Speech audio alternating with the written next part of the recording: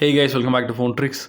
In this video, we'll learn how to hide photos and videos in Oneplus 10 Pro smartphone. Without further ado, let's get started. First of all, open the gallery of the phone.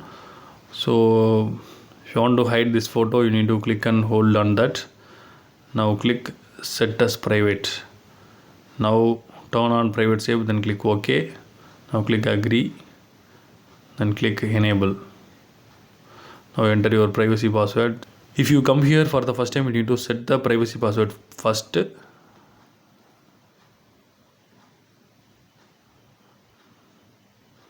Now click use fingerprint. Choose images and videos.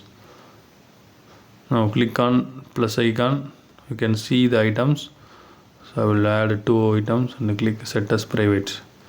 Now these images and videos set as private. You can hide the audio documents and any other files to the private folder also. Now you can see there is no photo we hide, so it always enter into the private mode.